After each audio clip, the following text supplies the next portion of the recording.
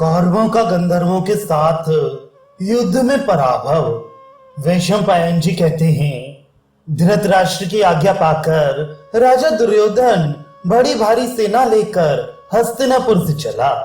उसके साथ दुशासन, शकुनी, कई भाई और हजारों स्त्रियां थीं। उनके सिवा 8,000 रथ, 30,000 हाथी, हजारों पैदल और 9,000 घोड़े भी थे तथा सैकड़ों की संख्या में बोझा ढोने के छकड़े, दुकानें, बनिए और बंदी जन भी चले।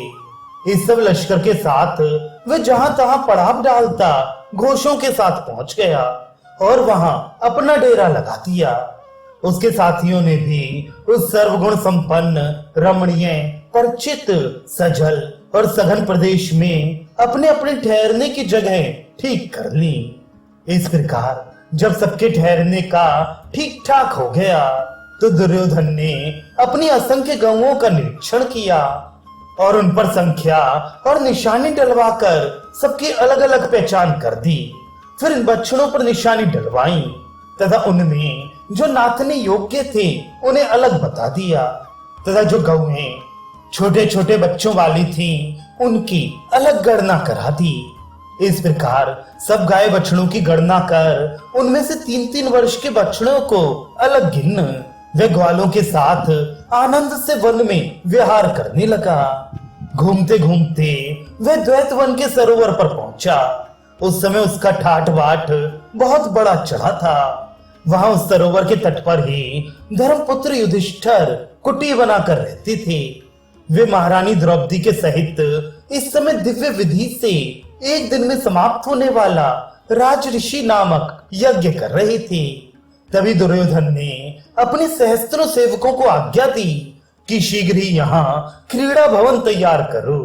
सेवक लोग राजाज्ञा को सिर पर रखकर क्रीड़ा भवन बनाने के विचार से द्वैत वन के सरोवर पर गए।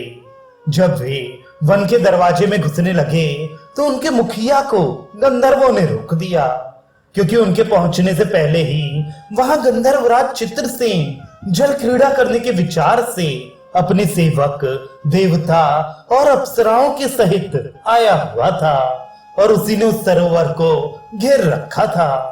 इस प्रकार सरोवर को घिरा हुआ देख वे सब दुर्योधन के पास लौट आए।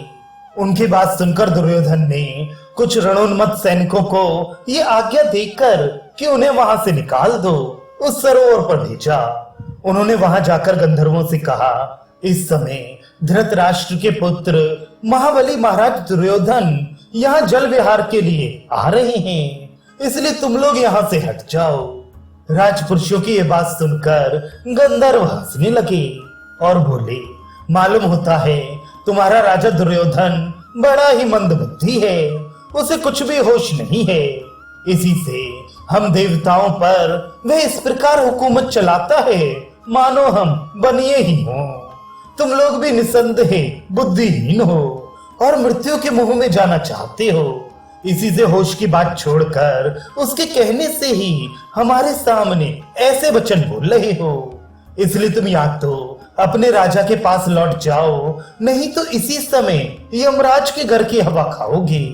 तब वे सब योद्धा इकट्ठे होकर दुर्योधन के पास आई और गंधर्वों ने जो जो बातें कही थी वे सब दुर्योधन को सुना दी। इससे दुर्योधन की क्रोधाग्नि भड़क उठी और उसने अपने सेनापतियों को आज्ञा दी, अरे मेरा अपमान करने वाले इन पापियों को जरा मजा तो चखा दो। कोई परवाह नहीं, वहां देवताओं के सहित स्वयं इंद्र ही क्रीड़ा क्यों न करता हो। दुर्योधन की आज्ञा पाते ही धृतराष्ट्र के सभी पुत्र और सहस्त्रों योद्धा कमर कसकर तैयार हो गए और गंधर्वों को मार पीट कर बलात् उस वन में घुस गए।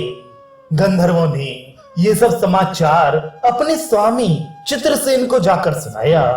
तब उसने उन्हें आज्ञा दी कि जाओ इन नीच कौरवों को अच्छी तरह मरम्मत कर दो। तब वे सबके सब अस्त्र शस्त्र लेकर कौरवों पर टूट पड़े। कौरवों ने जब उन्हें अकस्मात हथियार उठाए अपनी ओर आते देखा तो वे दुर्योधन के देखते देखते इधर उधर भाग गए। तब दुर्योधन, शकुनी, दुशासन, विकर्ण तथा धृतराष्ट्र के कुछ अन्य पुत्र रथों पर चढ़कर गंधर्वों के सामने डट गए। कर्ण उन सबके आगे रहा। बस दोनों ओर से बड़ा भीषण और रोमांचकारी युद्ध छिड़ गया। कौरवों की बाण वर्षा ने गंधर्वों के शिकंजे ढीले कर दिए। तब गंधर्वों को भयभीत देख चित्रसेन को क्रोध चढ़ाया और उसने कौरवों का नाश करने के लिए मायास्त्र उठाया। चित्रसेन की माया से कौरव चक्कर में पड़ गए। उस समय एक एक कौरव 10-10 गंधर्वों ने उन्हें घेर लिया। उनकी मार से पीड़ित होकर वे रणभूमि से प्राण लेकर भागे। इस प्रकार कौरवों की सारी सेना तितर बितर हो गई। अकेला कर्ण ही पर्वत के समान अपने स्थान पर अचल खड़ा रहा। दुर्योधन, कर्ण और शकुनी यद्यपि बहुत घायल हो गए थे, तो भी उन्होंने गंधर्वों के आगे पीठ नहीं दिखाई। वे बराबर मैदान में डटे ही रहे। तब गंधर्वों ने सैकड़ों और हजारों की संख्या में मिलकर अकेले कर्ण पर ही धावा बोल दिया। उन्होंने कर्ण के रथ के टुकड़े टुकड़े कर डाले। तब वह हाथ में ढाल तलवार लेकर रथ से कूद पड़ा और विकर्ण के रथ पर बैठकर प्राण बचाने के लिए उसके घोड़े छोड़ दिए। अब तो दुर्योधन के देखते देखते कौरवों की सेना भागने लगी, किंतु और सब भाइयों के पीठ दिखाने पर भी दुर्योधन ने मुंह न मोड़ा। जब उसने देखा कि अब गंधर्वों की अपार सेना उसी की ओर बढ़ रही है, तो उसने उसका जवाब भीषण बाण वर्षा से ही दिया। किंतु उस बाण वर्षा की कुछ भी परवाह ना कर गंधर्वों ने उसे मार डालने के विचार से चारों ओर से घेर लिया। उन्होंने अपने बाणों से उसके रथ को चूर चूर कर दिया। इस प्रकार रथ से नीचे गिर जाने पर उसे चित्रसेन ने झपट कर जीवित ही कैद कर लिया। इसके बाद बहुत से गंधर्वों ने रथ में बैठे हुए दुशासन को घेर कर पकड़ लिया। कुछ गंधर्वों ने विंद, अनुविंद और समस्त राजमहलाओं को पकड़ लिया। गंधर्वों के आगे से भागी हुई कौरवों की सेना ने सारा बचा खुचा सामान लेकर पांडवों की शरण ली। तब दुर्योधन को गंधर्वों के पंजे से छुड़ाने के लिए अत्यंत आतुर हुए उनके मंत्रियों ने रो रो कर धर्मराज से कहा, महाराज, हमारे प्रियदर्शी महाबाहु धृतराष्ट्र कुमार महाराज दुर्योधन को गंधर्व पकड़ कर लिए जाते हैं। उन्होंने दुशासन, दुर्विषय, दुर्मुख, दुर्जय तथा सब रानियों को भी कैद कर लिया है। अतः आप उनकी रक्षा के लिए दौड़िए। दुर्योधन के उन बूढ़े मंत्रियों को इस प्रकार दीन और दुखी होकर युधिष्ठिर के सामने गिड़गिड़ाते देख भीमसेन ने कहा, हम बहुत प्रयत्न करके हाथी घोड़ों से लैस होकर जो काम करते वही आज गंधर्वों ने कर दिया। ये बात हमारे सुनने में आई है कि जो लोग असमर्थ पुरुषों से द्वेष करते हैं उन्हें दूसरे लोग ही नीचा दिखा देते हैं। यह बात हमें गंधर्वों ने प्रत्यक्ष करके दिखा दी।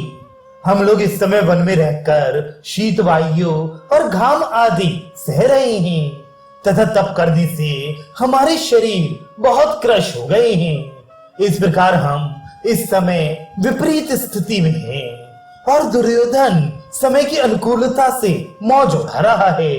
सो वह दुर्मति हमें इस अवस्था में देखना चाहता था। वास्तव में कौरव लोग बड़े ही कुटिल हैं। जब भीमसेन कठोर स्वर से इस प्रकार कहने लगे तो धर्मराज ने कहा, भैया भीम, ये समय कड़वी बातें सुनाने का नहीं है। देखो, ये जो लोग भय से पीड़ित होकर उससे त्राण पाने के लिए हमारी शरण में आए हैं और इस समय बड़ी विकट परिस्थिति में पड़े हुए हैं, फिर तुम ऐसी बातें क्यों कहते हो? कुटुंबियों में मतभेद और लड़ाई झगड़े होते ही रहते हैं। कभी कभी उनमें वैर भी ठंड जाता है, किंतु जब कोई बाहर का पुरुष उनके कुल पर आक्रमण करता है तो उस तिरस्कार को वे सह नहीं सकते। समर्थ भी गंधर्व लोग बलात् दुर्योधन को पकड़ कर ले गए हैं और हमारे कुल की स्त्रियां भी आज बाहरी लोगों के अधिकार में हैं। इस प्रकार ये हमारे कुल का ही तिरस्कार है। अतः शूरवीरों, शरणागतों की रक्षा करने और अपने कुल की लाज रखने के लिए खड़े हो जाओ। अस्त्र शस्त्र धारण कर लो, देरी मत करो। अर्जुन, नकुल, सहदेव और तुम सब मिलकर जाओ और दुर्योधन को छुड़ा लाओ। देखो, कौरवों के इन सुनहरी ध्वजा वालों रथों में सब प्रकार के अस्त्र शस्त्र मौजूद हैं। तुम इनमें बैठकर जाओ और गंधर्वों से लड़कर दुर्योधन को छुड़ाने के लिए सावधानी से प्रयत्न करो। अपनी शरण में आए हुए की तो प्रत्येक राजा यथाशक्ति रक्षा करता है, फिर तुम तो महाबली भीम हो। भला इससे बढ़कर फिर क्या बात होगी कि आज दुर्योधन तुम्हारे बाहुबल के भरोसे अपने जीवन की आशा कर रहा है।